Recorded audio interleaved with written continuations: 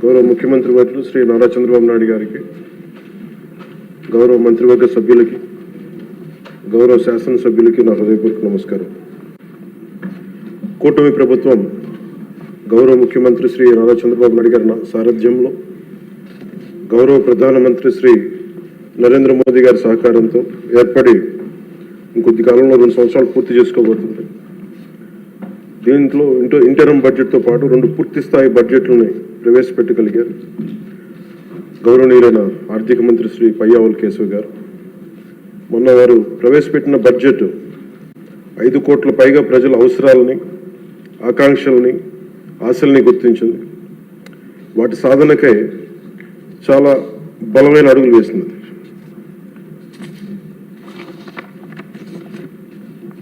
Particular ఇది మనకున్న ఆర్థిక పరిస్థితులు కానీ, 2014 రాష్ట్ర విభజన జరిగినప్పటి నుంచి కానీ, 2019 నుంచి 24 వరకు ఒక అరాచకమైన అనిశ్చితితో కూడిన ప్రభుత్వం కానీ, ఈ కేయాటిక్ ఇలాంటి గందరగోళం మధ్యలో, ఇంత అవకతవకల మధ్యలో కూడా చాలా 3,32,205 కోట్లతో బడ్జెట్ చాలా చాలా ఉన్న పరిమితమైన వనరుల్ని,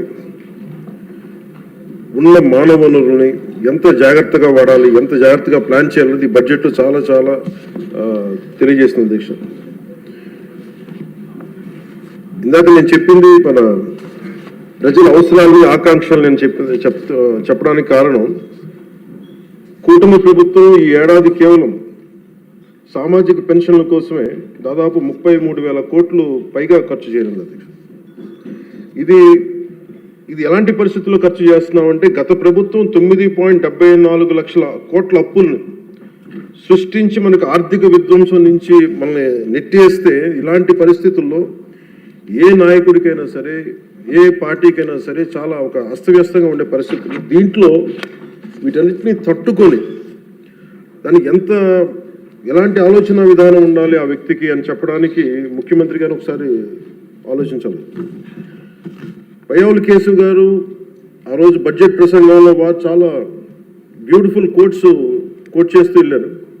దాంట్లో ఒకటి రవీంద్రనాథ్ ఠాగూర్ గారు చెప్పింది, తాను నాటిన చెట్ల నీడలో తాను ఎప్పటికీ కూర్చోలేనని తెలిసిన భావితరాల కోసం చెట్లు నాటి వ్యక్తి జీవితం యొక్క నిజమైన విలువను అర్థం చేసుకున్నవాడు అన్ని విశ్వకవి రవీంద్రనాథ్ ఠాగూర్ గారి మాటల్ని ఇక్కడ ఆయన ఉటంకించారు అధ్యక్ష. ఇది వారిని ఎలా కంపేర్ చేశారంటే, ఒక దూరదృష్టి, దక్షత, దార్శనికత ఉన్న గౌరవ ముఖ్యమంత్రి వారు చంద్రబాబు నాయుడు గారితో కంపేర్ చేసి చెప్పారు అధ్యక్ష.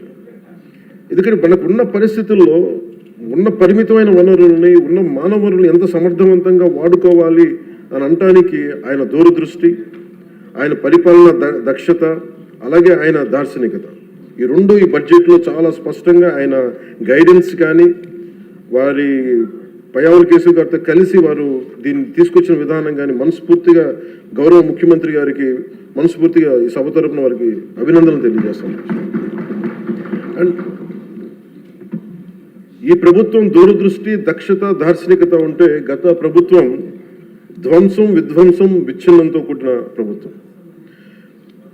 ఒకసారి ఎట్లా చెప్పాలి బడ్జెట్ మనకి ఏమేమి ఉన్నాయో ఒకసారి మీకు ప్రజెంట్ చేయడానికి అధ్యక్ష. మనకు వాళ్ళు వదిలేసి వెళ్ళింది 9.74 లక్షల కోట్ల అప్పులు అధ్యక్ష. ఈ కూటమి ప్రభుత్వం 20 నెలల పాలన సాధించింది ఏంటని చెప్పడానికి ఉదాహరణకి, అంటే ఎలా ఉన్నారంటే, వీళ్ళు 2014-19 మధ్య చేసుకున్న విద్యుత్ కొనుగోలు ఒప్పందాలను గత ప్రభుత్వం ఇష్టానుసారం రద్దు చేయడం ద్వారా విద్యుత్ సరఫరాలో లోటుపాట్లు వచ్చాయి. దీనికోసం విద్యుత్ కొనుగోలు పేరిట అధిక ధర చెల్లించే బాధ్యత లేని వ్యక్తులకి చేసిన కొనుగోలు కారణంగా డిస్కమ్స్కి 12,250 కోట్ల నష్టం వాటిల్లింది. ఈ 5 ఏళ్ల అసమర్థ విధానాల కారణంగా విద్యుత్ పంపిణీ సంస్థలు దాదాపు 1.29 లక్షల కోట్ల మేర నష్టపోయాయి. ఈ భారాన్ని విద్యుత్ బిల్లుల రూపంలో మళ్ళీ ప్రజల మీదనే మోపారు. కూటమి ప్రభుత్వం వచ్చిన తర్వాత ఈ విధానాలను రద్దు చేసి ట్రూ అప్ ఛార్జీని పూర్తిగా ఎత్తివేయడమే కాకుండా, రాష్ట్ర చరిత్రలో ఎన్నడూ లేని విధంగా ట్రూ డౌన్ పేరిట ప్రజలపై విద్యుత్ బిల్లుల భారాన్ని తగ్గించినారు.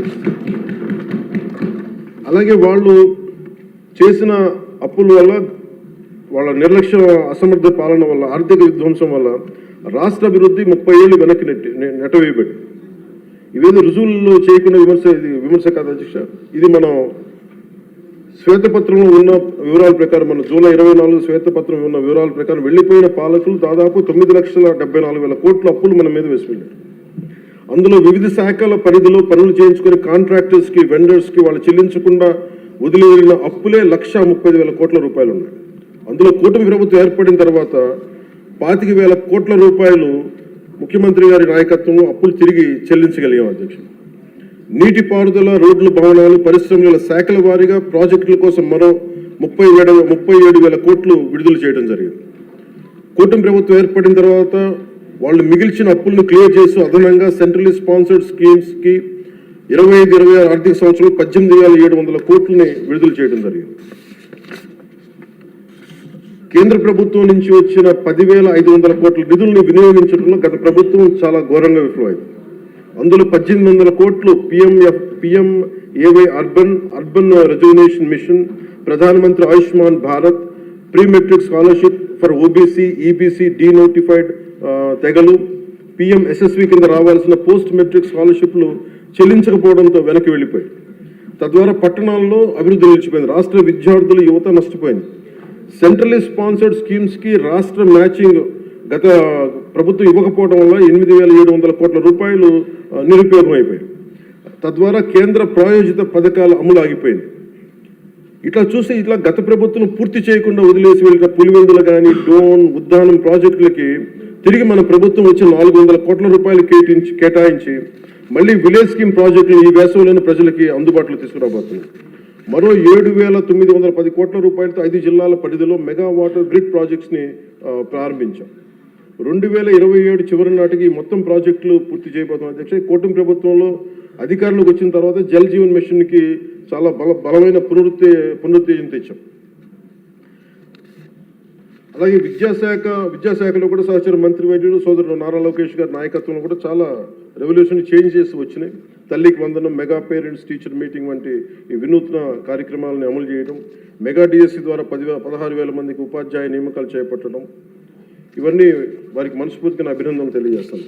మీ దృష్టికి ముఖ్యంగా జల్ జీవన్ మిషన్ ప్రజలకి తీసుకురావడానికి సభకు కూడా దేశంలో ఉన్న ప్రతి మనిషికి శుద్ధమైన, స్వచ్ఛమైన తాగునీరు అందించాలని గౌరవ ప్రధానమంత్రి శ్రీ నరేంద్ర మోదీ గారి సంకల్పం తీసుకొచ్చిన ఆయన ద్వారా వచ్చిన జల్ జీవన్ మిషన్ సైతం గత పాలకులు నిర్వీర్యం చేశారు.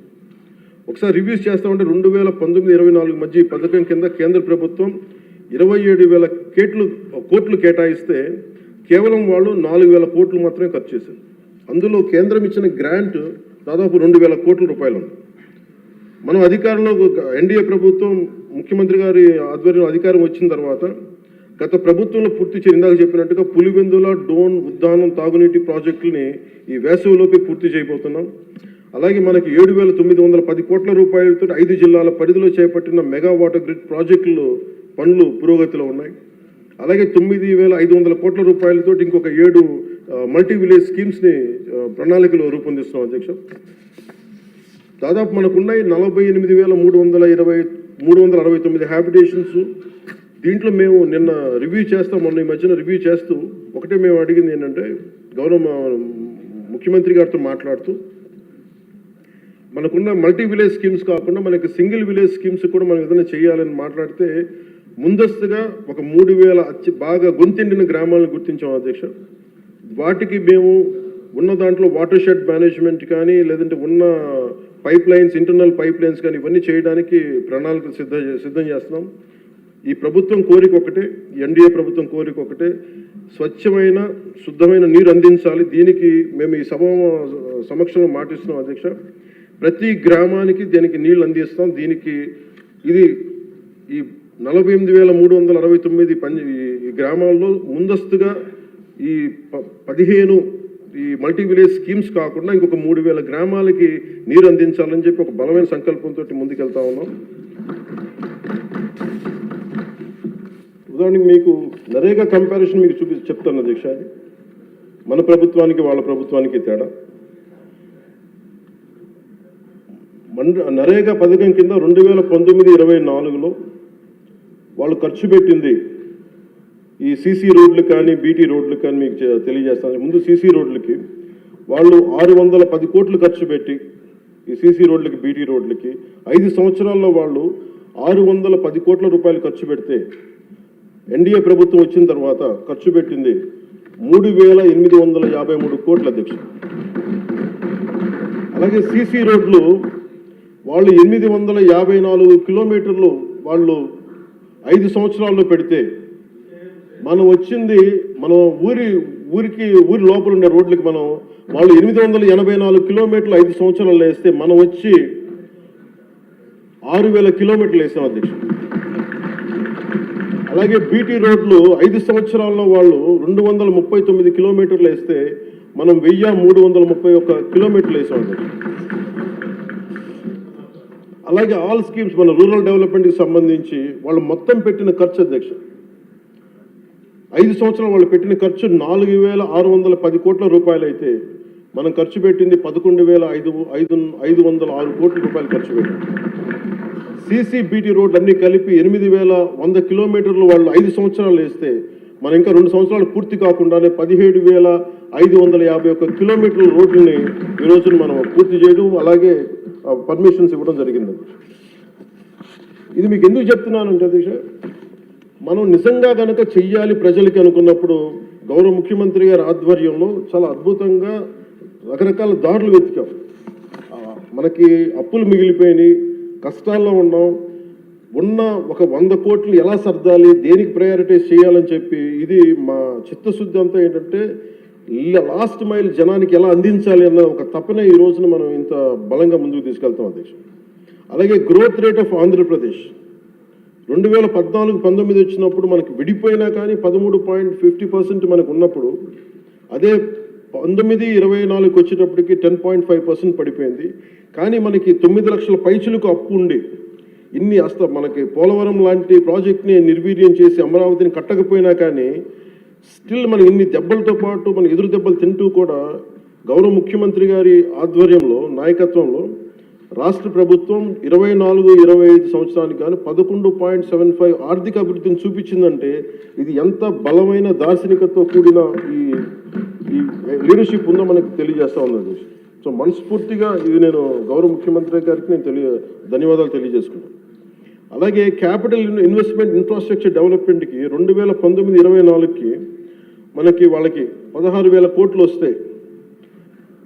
ఈ ప్రభుత్వం రాగానే 24-25కి 32,712 కోట్ల రూపాయలు ఇన్ఫ్రాస్ట్రక్చర్ డెవలప్మెంట్ కానీ క్యాపిటల్ ఇన్వెస్ట్మెంట్ కానీ పెట్టుకుంది.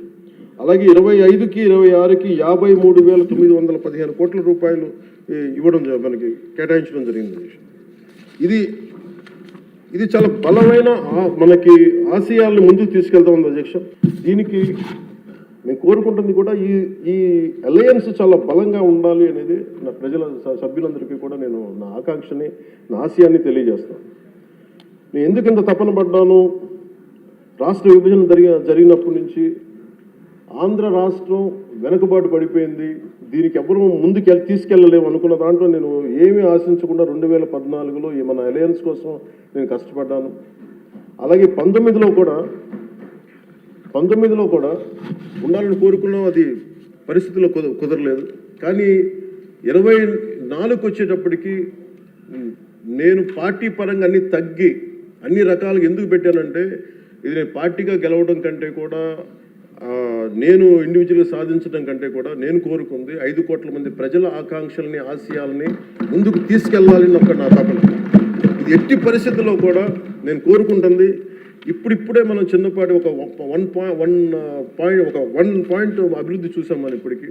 ఇది ముందుకెళ్ళాలి, ఇంకా మన ఆకాంక్షలను, ఆశయాలు ముందుకు తీసుకెళ్ళాలి అంటే ఇది మనలో ఉన్న ఏమన్నా సరే చిన్న సవరణలు ఏదైనా చేసుకుంటే అందరూ ముందుకెళ్ళాలి, ఈ ప్రభుత్వానికి, ముఖ్యమంత్రి గారికి బలంగా నిలబడాలని మనస్ఫూర్తిగా కోరుకున్నాను అధ్యక్ష. అలాగే మీ దృష్టికి ఒక కీలకమైన విషయం తీసుకురావాలి అధ్యక్ష. మన దేశంలో 140 కోట్ల ప్రజల భవిష్యత్తు నిర్ణయించే విధంగా భారత రాజ్యాంగాన్ని అమలు చేయడానికి, మరి ప్రజాస్వామ్యాన్ని పరిరక్షించడానికి రాజ్యాంగ నిర్మాతలు 3 ప్రధాన వ్యవస్థలు ఏర్పాటు చేశారు. వన్ ఇస్ శాసనసభ వ్యవస్థ, లెజిస్లేటివ్, ఎగ్జిక్యూటివ్ అండ్ జ్యుడిషియల్. ఈ 3 వ్యవస్థలు పరస్పర సమన్వయంతో ఎలాంటి ఆటంకాలు లేకుండా సమర్థవంతంగా పనిచేసినప్పుడే ప్రజాస్వామ్యం బలంగా నిలబడుతుంది. వీటిలో ఏ ఒక్క వ్యవస్థలోనైనా లోపాలు ఏర్పడితే ప్రజాస్వామ్య వ్యవస్థపై ప్రభావం చూపడం కాకుండా ప్రజలకి న్యాయం మరియు సేవలు చేయడం ఇబ్బందులు పెడతాం. ఇది ఎందుకు ప్రస్తావించానంటే అధ్యక్ష, ఈ మధ్య నేను మన గవర్నర్ గారిని కలవడం జరిగింది, అబ్దుల్ నజీర్ గారిని. జరుగుతున్నప్పుడు ఆయన నా దృష్టికి తీసుకొచ్చింది, ఈ national grid judicial data grid ప్రకారం దాదాపు 1,11,59,767 సివిల్ కేసులు, మరి 3,80,60,784 క్రిమినల్ కేసులు ప్రస్తుతం దేశవ్యాప్తంగా పెండింగ్లో ఉన్నాయి.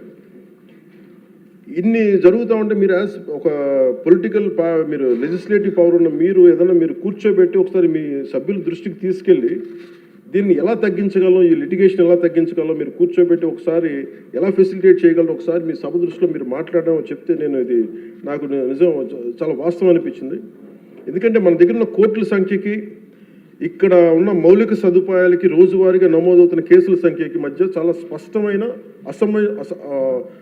అసమతుల్యత ఉంది అధ్యక్ష, ఇంబ్యాలెన్స్ ఉంది. ఈ పరిస్థితుల్లో ఈ కేసులని పరిష్కారం కావడానికి ఎన్ని దశాబ్దాలు పడుతుందో కూడా చెప్పడం చాలా చాలా కష్టం. అందుకని ముఖ్యంగా మీరు కోర్టుల పరిస్థితిని చూస్తే కనీసం మౌలిక సదుపాయాలు కూడా అందుబాటులో లేని పరిస్థితి కనిపిస్తూ ఉంది. ముఖ్యంగా మహిళా అడ్వకేట్ల కోసం టాయిలెట్స్ కానీ సదుపాయాలు కానీ చాలా చోట్ల లేవు, కనీసం వాళ్ళ విశ్రాంతి గదులు కానీ. రోజుకి వేలాది మంది కోర్టులకు వచ్చి వెళ్తూ ఉంటారు, వాళ్ళకి తగిన మౌలిక సదుపాయాలు కల్పించడం కూడా చాలా చాలా అవసరం. అందుకే బడ్జెట్లో న్యాయశాఖకు తగిన నిధులను కేటాయించే బాధ్యత లెజిస్లేటివ్ వ్యవస్థ పైన ఉందని నేను మనస్ఫూర్తిగా భావిస్తాను. ఈ సందర్భంలో ఈ సంవత్సరం గౌరవ ఆర్థిక శాఖ మంత్రి పయ్యావుల కేశవ్ గారు ప్రవేశపెట్టిన ఈ బడ్జెట్లో దాదాపు 100 కొత్త కోర్టు భవనాల నిర్మాణానికి 349 కోట్లని కేటాయించడం చాలా చాలా మనస్ఫూర్తిగా అభినందిస్తాను. గతంతో పోలిస్తే కూటమి ప్రభుత్వం న్యాయశాఖ చాలా ప్రాధాన్యత ఇస్తున్నప్పటికీ కూడా సభ దృష్టికి నేను తీసుకొస్తే ఇంకా మనం చేయాల్సిన పనులు చాలా చాలా ఉన్నాయనిపిస్తుంది. ఎందుకంటే ఆయన చెప్పింది, ప్రత్యేకించి గవర్నర్ గారు చెప్పింది, ఒక్క కేసు ఒకళ్ళ మీద ఉంటే మనందరికీ తెలిసి అందరం దాదాపు ముఖ్యమంత్రి గారు చెప్తే సభలో ఉన్న ప్రతి ఒక్కళ్ళ మీద ఏదో ఒకలాగా కేసులు ఉన్నాయి. మన మీద కేసు పడింది లేదంటే సగటు ఒక మనిషి మీద కేసు పడిందంటే మన ఒక్కళ్ళ మీద పడినట్టు కాదు, మన కుటుంబ సభ్యుల మీద, మన చుట్టుపక్కల దాదాపు 10 మంది మీద పడద్ది. ఆయన అబ్దుల్ నజీర్ గారు చెప్పింది కూడా, ఒక కేసుని మీరు ఒక వ్యక్తిగా చూడకండి, ఒక సమూహంగా చూడక 10 మంది మీద ఇంపాక్ట్ ఉంటుంది. మీరు కోటి కేసులు ఉన్నాయంటే దాదాపు 10 కోట్ల మంది ప్రజల మీద ఇంపాక్ట్ ఉంటుంది. అందుకని దాని మీద మీరు లిటిగేషన్కి మీరు ఆల్టర్నేటివ్ డిస్ప్యూట్ రిజల్యూషన్ మీరు పెంచే దిశగా మీరు ప్రభుత్వం ఆలోచిస్తే చాలా మంచిది అనేది వారు సూచనప్రాయంగా తెలియజేశారు అధ్యక్ష. అలాగే కేసుల స్వభావం క్లిష్టతను బట్టి చిన్న చిన్న వివాదాలను ఏడీఆర్ సెంటర్ల ద్వారా పరిష్కరించేలా చర్యలు తీసుకుంటే కోర్టులపై ఉన్న భారం తగ్గుతుంది. ఇవే కాకుండా కొత్త కోర్టు భవనాల నిర్మాణం మాత్రమే కాకుండా ఇప్పటికున్న కోర్టులన్నింటిలో కూడా కనీసం మౌలిక సదుపాయాలు కల్పించడం అత్యంత అవసరం. ముఖ్యంగా టాయిలెట్స్ కానీ, తాగునీటి సదుపాయాలు కానీ, కంప్యూటర్స్ కానీ, సర్వర్స్ కానీ, నెట్వర్కింగ్ వ్యవస్థలు, డిజిటల్ రికార్డ్ మేనేజ్మెంట్ వంటి ఐటీ మౌలిక సదుపాయాలని అభివృద్ధి చేయాలి. అలాగే కోర్టులు మరియు జైళ్ల మధ్య వీడియో కాన్ఫరెన్సింగ్ వ్యవస్థలను విస్తరించడం, ఆటోమేటెడ్ కేసు నిర్వహణ వ్యవస్థలు అమలు చేయడం వంటి సాంకేతిక పరిజ్ఞానాలను ఉపయోగించుకోవడం ద్వారా విచారణ వేగాన్ని పెంచి ఖర్చులు కూడా తగ్గించవచ్చు.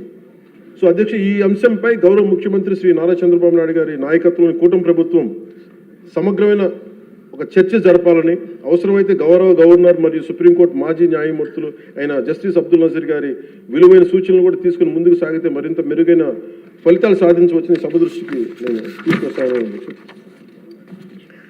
అలాగే నేను ఈ మన పంచాయతీరాజ్ నిధులు కానీ మనం ఎలా ఖర్చు పెట్టాం, ఏం ఖర్చు పెట్టాం అత్యంత పారదర్శకతతోటి 175 ఎమ్మెల్యేస్కి సంబంధించి ప్రతి ఒక్కరు, ఉదాహరణకి ఇది పయ్యావుల కేశవ్ గారి ఉరవకొండ నియోజకవర్గానికి సంబంధించి ప్రతి ఒక్క ఎమ్మెల్యే గారికి, గౌరవ శాసనసభ్యులకి ఎంతెంత ఇచ్చాం, ఎంత నిధులు ఇచ్చాం అనేది మీరు ప్రతి ఒక్కరికి వారికి ఇవ్వడం జరిగింది అధ్యక్షుడు.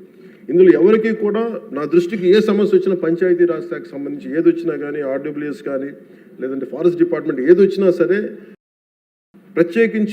ప్రత్యేక శ్రద్ధ పెట్టి ఉన్న పరిమితమైన నిధులనే అందరూ ఒకళ్ళకి ఇవ్వకుండా కూడా పార్షియాలిటీ చూపించకుండా ఉన్నంతలో అందరికీ న్యాయం జరిగేలా మేము చేస్తామని, ఇది మీ ద్వారా ప్రతి ఎమ్మెల్యే గారికి, ప్రతి గౌరవ శాసనసభ్యులు ప్రతి ఒక్కరికి పంచాయతీరాజ్ శాఖ అందజేస్తున్న అధ్యక్ష. ఇది మీ దృష్టికి తీసుకొస్తా ఉన్నాను. ఇది మీ నియోజకవర్గాల్లో మీకు ఎంత ఖర్చు పెట్టాం, ఎలా చెప్పాం, మీరు చాలా సగర్వంగా మీరు చెప్పుకునేలా ఉంటుందని తెలియజేసుకున్నాను అధ్యక్ష. ఏమండి, థ్యాంక్ యూ. అలాగే అధ్యక్ష, వీళ్ళకి సంబంధించి అంటే నాకు సభ దృష్టికి ఇంకా గౌరవ సభ్యులందరూ మాట్లాడతారు. నా సభ దృష్టికి నేను తీసుకురాగలిగేది, ఇప్పటికీ కూడా వాళ్ళ సభ్యులు తక్కువ 11 మంది అయినప్పటికీ కూడా వాళ్ళు ఒక 1100 మంది ఉన్నట్టుగా వాళ్ళు మాట్లాడుతూ ఉంటారు. అంటే మనం ఎందుకనంటే వాళ్ళు చెప్పిన దాన్ని చాలా బలంగా నమ్ముతారు. మనం చేసే పనులు మనం చెప్పుకోలేం, మనం చేయడానికి సంకోచిస్తున్నాం ఏంటో తెలియదు. కానీ వాళ్ళు చూడండి, ఇందాక నేను చెప్పింది మీకు, when we are irresponsible, our NDA alliance is so responsible, reliable and reasonable government, while they are irrational, irresponsible and abusive group. వీటన్నిటి మధ్యలో మనం కూర్చోబెట్టి మనం ఏదైనా మాట్లాడాలి అంటే మనందరం కూడా ఒక ఏకాభిప్రాయం మీద ఒక ఏకత్వం ఉండాలి అనేది నేను మనస్ఫూర్తిగా సభ్యులందరినీ కూడా నేను కోరుకుంటా ఉంటాను. అంటే వాళ్ళు చూడండి, ఆర్టికల్ 21 కాన్స్టిట్యూషన్ ఆఫ్ ఇండియాలో protection of life and personal liberty మాట్లాడితే మేబీ వాళ్ళు ఏమనుకున్నారంటే endangering others life, violating their liberty must be fundamental right అనుకుంటున్నారు వాళ్ళు. ఇది మనం కరెక్ట్ చేయాలి. అలాగే ఆర్టికల్ 19లో 1A all citizens have the right to freedom of speech and expression అంటే వాళ్ళు ఏమనుకున్నారంటే for them it is right to abuse others అనుకున్నారు. ఇవన్నీ కరెక్ట్ చేయాలంటే మటుకు మనం చాలా బలంగా మనలో మనం ఎలాంటి పొరపక్షాలు లేకుండా, మనలో మనకి ఎలాంటి గొడవలు లేకుండా ఉంటే తప్ప ఇలాంటి అబ్యూజివ్ వ్యక్తుల సమూహాన్ని మనం ఎదుర్కోలేము అధ్యక్ష. కల్తీలు వాళ్ళే చేస్తారు, వాళ్ళే బూతులు తిడతారు. ఎలా ఉంటుందంటే హిందీలో చెప్తారు, ఉల్టా వచ్చే కొత్త వాళ్ళు కూడా అంటే దోపిడీలు చేసే దొంగ పోలీసు వస్తే పోలీసుని దొంగ అని అరిచాడు. వాళ్ళే తిట్టి వాళ్ళే అబ్యూస్ చేసి మళ్ళీ మనం తిట్టామని చెప్తారు. కల్తీలు వాళ్ళే చేస్తారు. కానీ మనం డిఫెండ్ చేసుకోవడానికి irrespective of whether we are from different parties, మనం విభిన్నమైన కుల సమూహాల నుంచి రావచ్చు. కానీ బట్ రాష్ట్ర ప్రయోజనాలకి మనందరం ఒకే గలంతో ఉండాలని మనస్ఫూర్తిగా మీ ద్వారా నేను అందరూ ఉండాలని కోరుతున్నాను. అంటే నాకు మీకు ప్రజల ఆకాంక్షలు ఎలా ఉంటాయో తెలియదు, ప్రజల ఆశయాలు ఎలా ఉంటాయో తెలియదు. మీరు బడ్జెట్ వస్తుంది అంటే అరే మాకు ఏమొస్తుంది ఇందులో కోరుకుంటారు. ఒక సమ్మర్లో స్కూల్కి వెళ్ళబోతున్న పిల్లలకి అరే మాకు భవిష్యత్తు మాకు ఏం ఖర్చు ఉంటుంది, ఎంత ఖర్చు ఉంటుంది, తల్లిదండ్రులు రాసుకుంటారు. అది మాకు చిన్నప్పుడు మాకు గుర్తు. అలాంటిది ఒక బడ్జెట్ వస్తుంది అంటే ఎన్ని ఆశయాలు ఉంటాయి, ఎన్ని కోరికలు ఉంటాయి, ప్రతి గ్రూప్ మాకేమొస్తుంది, మాకేముంటుందని అనుకుంటా ఉంటాం. ఇది మేమందరం ఈ రోజున బడ్జెట్లో అందరికీ ఎంత తృప్తిగా ఉంటుందో నాకు తెలియదు. కానీ one commitment to people I can say, ఒక 15 ఏళ్ళు మేము ఈ రాష్ట్రం కోసం ఈ అలయన్స్ ద్వారా మేము పాటుపడతాం. దానికి మేము చిత్తశుద్ధిగా, త్రికరణ శుద్ధిగా, అద్భుతంగా ఉండాలి ఈ రాష్ట్రం మనస్ఫూర్తిగా నేను కోరుకున్నాను అధ్యక్ష. వీటితో పాటు నేను ఒకటి మీ దృష్టికి తీసుకొస్తా ఉన్నాను. బడ్జెట్ లాంటివి అద్భుతంగా చేయడానికి వ్యవసాయానికి సంబంధించి కావచ్చు, లేదంటే అన్ని రంగాలకు సంబంధించి కావచ్చు, పయ్యావుల కేశవ్ గారు ఉన్నారు, అచ్చెన్నాయుడు గారు ఉన్నారు, గౌరవ ముఖ్యమంత్రి గారు ఉన్నారు, అపారమైన అనుభవంతో ఉన్న సభ్యులు ఉన్నారు. ప్రజలు మన నుంచి ఆశిస్తున్న అధ్యక్ష, గొడవలు లేకుండా ఈ అలయన్స్ బలంగా ఉండాలండి. మనం తెలియచేయాల్సింది ఏంటంటే, ఏ ఒక్క ఎమ్మెల్యే ఈ సభలో అడుగు పెట్టాలన్నా అన్ని కులాలు, అన్ని మతాలు సపోర్ట్ చేయందే, ఎంతో కొంత ఓటు వేయందే ఇక్కడికి రారు అధ్యక్ష. కానీ ఈ మధ్యన పరిస్థితులు ఎలా ఉన్నాయంటే, బయట ప్రత్యేకించి వీళ్ళు చేస్తున్నది, వాళ్ళు ఎలా మాట్లాడుతున్నారంటే ఇష్టం వచ్చినట్టుగా తిట్టేసి కులాలు వెనక దాక్కున్నారు అధ్యక్ష. అది మటుకు ఎందుకంటే నేను ఒక భారత రాజ్యాంగం నేను నమ్ముతున్నాను పెట్టినప్పుడు I'm beyond cost, creed and religion. అది ప్రతి శాసనసభ్యుడి తాలూకు అది ఓత్ అధ్యక్ష. కానీ మీరు మనం తెలియజేయాల్సింది ఏంటంటే, కులాల వెనక దాక్కోవటం కుదరదు. మీరు ఇష్టానికి తిట్టేసి ఇష్టానికి వచ్చి ఏదైనా తిరిగి అంటే మేము కులాల వెనక దాక్కుంటామంటే ఇలాంటి ధోరణి కనుక మనకు ఉంటే ఆంధ్రప్రదేశ్ ప్రజానికం నష్టపోతుంది. నేను చెప్తున్నాను, కులాలు, మతాలు, ప్రాంతాలు దాటకపోతే ఈ రాష్ట్ర ప్రయోజనాలను మనం సాధించలేము. ఖచ్చితంగా ఇది మీరు పదే ఇది మీరు ఇళ్లలో మాట్లాడుకుంటారా, ప్రజలకి తెలియజేస్తారా, మీ నియోజకవర్గాలు ఇది చేయకపోతే ఏమైపోతుంది అధ్యక్ష? విచ్ఛిన్నం, ఇందాక వారి గురించి చెప్పాను, వాళ్ళు విచ్ఛిన్నం చేయడానికి సిద్ధంగా ఉన్నారు. ఇప్పుడు మన ఐక్యత ఉండాలి అని సమాజం కోరుకుంటే వాళ్ళు విచ్ఛిన్నం చేయడానికి సిద్ధంగా. దీన్ని రిపీటెడ్గా కనుక మనం ప్రజల్లోకి తీసుకెళ్ళకపోతే మటుకు మన ఎన్ని గొప్ప బడ్జెట్లు పెట్టి ఎంత సదాశయాలతో ఉన్నా కానీ quality of thought, quality of behaviour కనుక మనకు లేకపోతే ఇంత బడ్జెట్లు కూడా, ఇంత ఆశయాలతో ఉన్న బడ్జెట్లు కూడా నిష్ప్రయోజనం అయిపోతాయి. ఆ జాగ్రత్త మనం అందరం తీసుకోవాలి అధ్యక్ష. ఈరోజు మనం బడ్జెట్ గొప్పగా ఉంది అని ముందుకు తీసుకెళ్తున్నాం, కానీ మన బాధ్యత కూడా మనం నిర్వర్తించాలనేది నేను మనస్ఫూర్తిగా సభని కోరుకుంటూ, గౌరవ ముఖ్యమంత్రి గారికి అవకాశం ఇచ్చిన మీకు, గౌరవ శాసనసభ్యులందరికీ, మంత్రివర్గానికి అందరికీ ధన్యవాదాలు తెలియజేసుకుంటూ, పర్యాటక రంగాన్ని ప్రత్యేకించి దుర్గేష్ గారి ఆధ్వర్యంలో 20,000 కోట్లు పెట్టుబడులు ఆకర్షించాం. తద్వారా 50,000 మందికి ప్రత్యక్షంగా పరోక్షంగా ఉపాధి అవకాశాలు లభించనున్నాయి. అలాగే గౌరవ మన సివిల్ సప్లైస్ ఆహార పౌర సరఫరాల శాఖ బాధ్యతలు నాదెండ్ల మనోహర్ గారు స్వీకరించిన తర్వాత గత ప్రభుత్వంలో హెచ్చుమీరిన రేషన్ మాఫీ ఆగడాలను అడ్డుకట్టు వేయాలని నిర్ణయించుకున్నారు. అన్నం పెట్టే రైతులు గత ప్రభుత్వం మిగిల్చి వెళ్లిన ధాన్యం బకాయిలు 1,674 కోట్లు చెల్లించారు.